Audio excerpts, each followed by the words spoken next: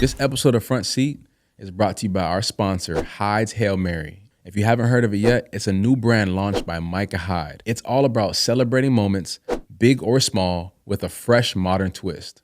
Here at the Front Seat, we're all about connection, growth, and enjoying the journey. And Hyde's Hail Mary fits the vibe perfectly. Head over on hydeshailmary.com and use the code FRONTSEAT at checkout. I missed you. It's been a while, bro. Welcome to the Front Seat, man. Ooh, thank you. Introduce yourself. Conor McDermott, right? My name is Conor McDermott from Nashville, Tennessee. This is hometown. Hometown. Nashville's a beautiful It's place. your hometown too. Hey, I'd say man, any trying to get me to move here? American city, being from Canada, this is your hometown. I think that would be dope. I think I would love to. More so than Iowa. Really? Yeah. I like Nashville more than Iowa, for sure. Yeah. But I love Iowa, Yeah. for the record. I know. So, Well, you came here first though. I did. Yeah. You're right. So, born and raised in Nashville. Tell everybody how we met. So we both graduated high school and needed another year under our belt and did a PG post-grad year, 5th year at the Kent School in Connecticut. Shout out to Kent. Yeah. And then after Kent, I went to University of Iowa, and I you went to UCLA. UCLA, good Yeah. old UCLA. Yeah. And how many years in the NFL? 8 going on 9. Going on 9. And how has that ride been for you? It's been a hell of a ride. It's been awesome. Did a best job in the world, you know. It definitely is. How many teams have you played for? Name those teams. Yeah, so I did 2.5 years in Buffalo with the Bills. Okay. Were you drafted? Drafted by the Patriots. Drafted by the Patriots. Wow. Yep, released after training camp and claimed by Buffalo and spent 2.5 years there. Loved Buffalo. Then I went to about week 5 of 2019. Went to the Jets and was there for 3.5 years until week 10 of 2022, and then went to the Patriots from there. Wow. And was there for 2 years, and then this past season had a year with the Rams in Los Angeles, back home. Second home. Yeah. Man, before we get to the Rams and going back to LA, how was it being coached by Bill Belichick? Oh, it's the best. I've heard so many stories. Best coaches I've ever had, and he is one of the best in the world and NFL history. It was a great experience. And I had a glimpse of him in 2017 for OTAs and training camp, and then from 22 to got another 2 years with him, being back in New England. And obviously, Brady was there. In 2017, yeah. And how was that experience, being on the O-line blocking for Tom Brady? It was fun. I remember the first meetings, you always got warned after our first OTAs practice. They're like, Bill's gonna rip you. Bill's gonna rip someone, and you mess up in practice, you might not get put up on screen, and you might be put up on screen. And of course, us rookies were all nervous. Because of course we fucked up in practice. Oh, 100%. Yeah. And but that was the best thing about Bill. There was no egos. He didn't care who you were. And in the first meeting in the first week of OTA practices, I think Tom missed one pass. And Brady's in the film room, we're in the team meeting room, and he puts up the thing, and he's just ripping Tom, just like, what the fuck was that? My grandma could have made that throw. I could have made that throw. Right. And I'm just sitting there like, that's Tom fucking Brady. Yeah. But then also it was like, if he's ripping Tom, I'm cool with him ripping me. Yeah. Because also, to play for Bill, you got to have tough skin. 100%. It doesn't matter what you do. He's going to get on him. That's what makes him great. Yeah. And so like that also like back to the Tom story, he that also like helped you because you're like, if he's ripping Tom Brady, I don't feel as bad when he's ripping me. Yeah. He treats us all as equal. It doesn't matter how high paid you are, who you are. You're highest guy in the totem pole or lowest guy. Right. You know? Right. And I had a workout with the Patriots when I got released from the Colts. Yeah. And that was the longest workout. So this is my first workout that I was doing like so many drills. Yeah. They had me do special teams drills. They had me do bag drills. They were doing so much. And then this was the only team that actually brought me in the film room. Yeah. And said, what was this play right here? And this was like 2 years ago. They were bringing back film, and I had to recite all those plays, that we ran in college and with the Colts. I believe it. And I remember sitting in the waiting room, they fed me and they gave me a shake, and I was just sitting there, and they're like, yeah, man, like, that food's good in there. It is pretty good. Yeah, they take care of you. Oh, yeah. And he was just saying, like, we're trying to make some moves, not sure exactly, just hang in there. When I tell you I was there, like, there was like maybe 8 of us there, then there was 6, then there was 3. And like, yeah, we're still, Yeah. I swear I was there for like 8 hours. And I was the only one left. Everybody was sent home. So I'm like, okay, this is weird. Yeah. Just for them to send me home. Yeah. But I just knew that they were doing their due diligence. Oh, yeah. Like, I don't know what they had to go through or how that process was, but they don't put you through bullshit for nothing. Exactly. And I respected it because I'm like, that's the only team that did, not to discredit any team, but it was just reality. That's like, man, that's Bill. I'm like, Bill Belichick, the Patriots. Yeah. Like, they do not play about who they sign, and they take that shit serious. And one thing I respect the most about Bill is he is 100% completely honest with you as a person and a player, 24/7. Wow. Whether you're getting cut, traded, complimented, criticized, he is always honest and tells you how it is, which is not the case at a lot of other NFL places. Though some teams will sugarcoat it, not tell you anything, or just cut you. Oh, yeah. And just not, you don't know why. Exactly. It seems like Bill was just, this is why. Yep. I don't care if you like it or not, yeah. but this is what we're doing. Exactly. You got to gotta respect it more. Yeah, 100%. 100%. So let's get back to when you went back to LA, to your second home. How was that? We went to UCLA, played there with a bunch of, huge names, but going back home, your second home, playing for the Rams, how was that? Did you get a lot of UCLA fans, DMing you, old friends wanting to come to games? How was that experience? Oh, it was great. It was great to be back in LA, and I've been on the East Coast and AFC East my whole career, so I hadn't been back for a UCLA game on bye weeks. I hadn't been back really to LA since, besides like going back here and there in the off season. Right.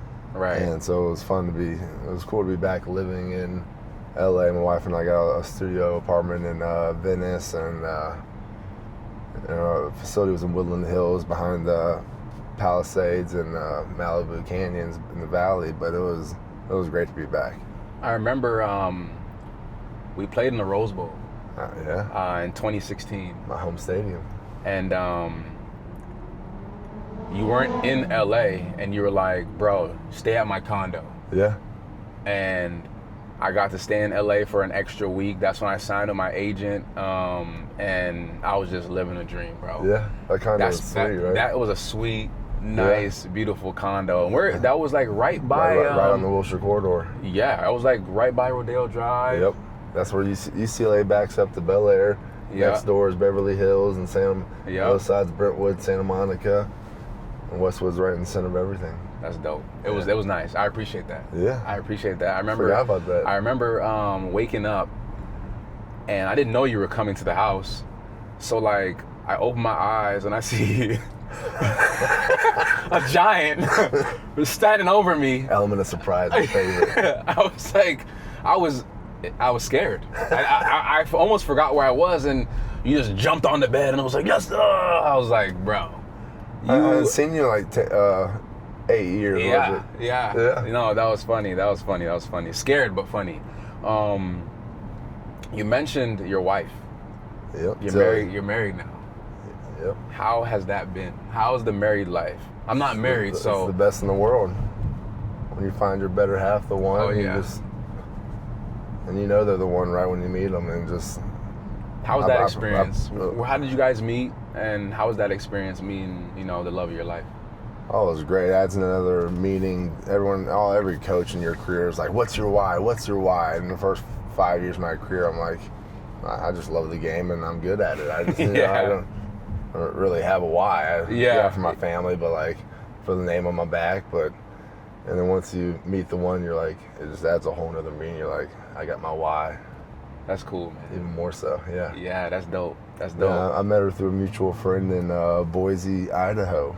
Wow. Actually, one of my Xbox buddies who I met through one of my teammates. I'd never met him in life. Yeah. And during COVID, we were playing Xbox all the time in our free time because we were there for virtual meetings and practice, and then we had to just go home and quarantine. Wow. And my buddy had already his like 4 childhood buddies that he's always played Xbox with, so I joined them, and so I started playing with him all the time. And then after like a year or two, he's like, "Hey, come to my birthday party in Boise, Idaho." And we did that, and that's when Tilly and I had already been like talking before a little bit, and so I flew there for Boise for that party. It was really to see my future wife. Yeah. That's dope. That's cute. Cool. That's cute. That's cute, man. Yeah. That's cute. That is inspiring, because obviously, as a man, you want to, build a family and find the love of your life. When's the little one coming? Then we're gonna wait till I retire. Okay. Yeah. So let's touch on that, cause you played, you played basketball too. That was my main sport. That was your main sport. So what made you switch to football? And then we'll touch on retirement. Well, basketball was my main sport in high school. I was only like 220. Yeah. You were tall and 6'9", tall and skinny. And was Mr. Basketball at Tennessee my senior year, and McDonald's All-American. Not invited to the game, but I think they nominate like 2 or 3 guys from each state. Yeah. So it still felt pretty cool, but yeah. And I got some small school offers and looks at from like Lipscomb and Davidson, UNC Wilmington, and kind of a late bloomer in the football years, but I played football also. And we didn't really have enough film until like my senior year to send out. So about halfway through senior year, sent out a highlight tape to every college team I could. And then I got a gray shirt scholarship offer late in the season to Virginia Tech. And then after that, my brother had walked on to UCLA and he was playing there. And when I got that offer, the coaches there told my brother, "You didn't tell us about your little brother." And then they offered me. And they also offered me a gray shirt. Nice. Yeah, so I was just threw up a prayer and I was usually really just using football at the time to get into a good college. Not saying the basketball schools weren't good colleges, but I wanted to go to a bigger one. Yeah, and UCLA is a huge school. Yeah. So, retirement, right? How many more years you got? Like, how many? Because, I'm sure you didn't know how many years you were going to play football. None of us did. Oh, yeah. I've had an 8-year career, and you're in year 8? 9? Well, yeah, this would be 9. Yeah. And how does the body feel, and how much more do you have? Body's feeling good, going into definitely with the Rams this year really showed me how old I am in football years, because I remember Coach McVay, who I love, he's a fucking man. We had a young team this year. I remember he had like, I forget how he worded it, but he was like, if you're with year 3 and under, stand up. And the whole room stood up, player-wise. And it was like me and like 8 maybe 8 other guys sitting down. I was just like, and after that, I went up to a couple of guys like, how old are y'all again? They're like 22. I'm like, man, I'm 32. Jesus Christ. Yes. That's also the beauty of football. It is. It makes you feel so old. Yeah. Like in my own locker room as well, it's the same. Like, they start calling you OG. I remember calling the other guys OG, and now that's you. Yeah. You're in that locker room. Now those guys are asking you questions. And you got to be on your shit too, because you're like, you got these young guys, one, trying to take your spot, but two, you got to know. Lead by example. Exactly. And teach them the way and how you do things in the NFL. Yeah, exactly. It's also great when you see the OGs when you were young. Yep. Once you're the OG and like when they're retired and you see them, it's always fun. Yeah, no, for sure. And where do you, when football is over, is there any passion that you have post career? Do you know yet? Do you know exactly what you want to do, or are you still searching for that? I have a pretty good idea. I'm what some people call a people's person, so something where I can be around people, selling something, real estate. I feel like I could go in a number of fields. So I think you do a really good job at that. And a lot of people, especially being from Nashville, there's a lot of great connections out here. So Vince, we have a mutual friend, Vince. Yeah, Vince Beagle, the man. He's also been in the front seat, so he's big in the real estate game, and I got a couple Iowa fellows that live in Nashville. My quarterback, CJ Beathard, former teammate George Kittle. Right? Oh yeah, we still train together every day. You guys train together. So how's that been? CJ and I played against each other in high school. Yeah, exactly. Ensworth. It's been great. Nashville's become a huge hub for NFL offseason guys. Yeah. How's that experience? Kittle came right after I think his first year, and we've been training together since. So it's been fun. That's dope. He's had an amazing career. Yeah. And most importantly, he's a great person. Yeah. Right. The best. Him, his wife, Claire, his dad has Bruce. been he's. A lot of guys have a lot of great respect for him and his family, for sure. Oh yeah. If there is one thing, I asked a few people this, but if there's one thing that you can leave for that athlete that doesn't necessarily know what they want to do, or that's had failures, I know you've had injuries, so how'd you overcome that mentally, and what's one thing that you would leave for athletes that are getting older and and getting their body back to where to normal, really? Yeah, biggest thing for me in my career was just always staying positive and just working my ass off, just sticking through the mud and just thinking in our careers, like, we've been through the mud and we're still standing. Yeah. It's like nothing. With everything we've experienced in our career, nothing faces us, and that prepares for the real world, the pressure we can endure and have been through in our career. All the coaching and the team building and leadership we've experienced and had to go through to become professional football athletes, I think will cross over in the real world very well. Yeah, that's what they all say, especially,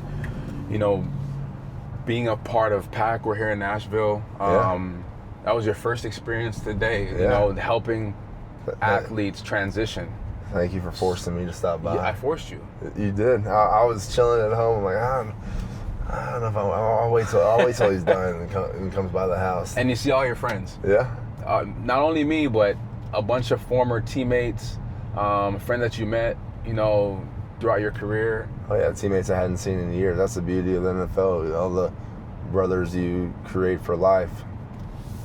I mean, just like us, we've been best friends and brothers for years, and we've seen each other 2 times in the last 14 years. Yeah, but the second we see each other, it's like it's been no time apart. Yeah, exactly. And we randomly get on FaceTime.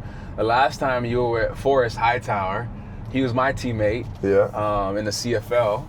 Yeah. And you randomly called me off of his phone. Even today, Vince calls you from my phone. Yeah. Right? Because you're a terrible texter, by the way. I am. I don't know why. I'm the worst ADD texter. I see it and I reply in my head. That's what I always say to How do you people. reply in your head? See, and then like you look you at it, must right? not have ADD. You don't understand. A little bit, but not like severe ADD. Like yours must be very severe. If you in your head, you're like, That's why I always, yeah, I'm gonna pick you up at 5, and you're like, wait, I gotta pick you up. Like that's what I always tell people. You're never annoying me. Text me 4 or 5 times. Okay. First text, I reply in my head. Second text, I forget. Third text, I'm like, okay, Yeah.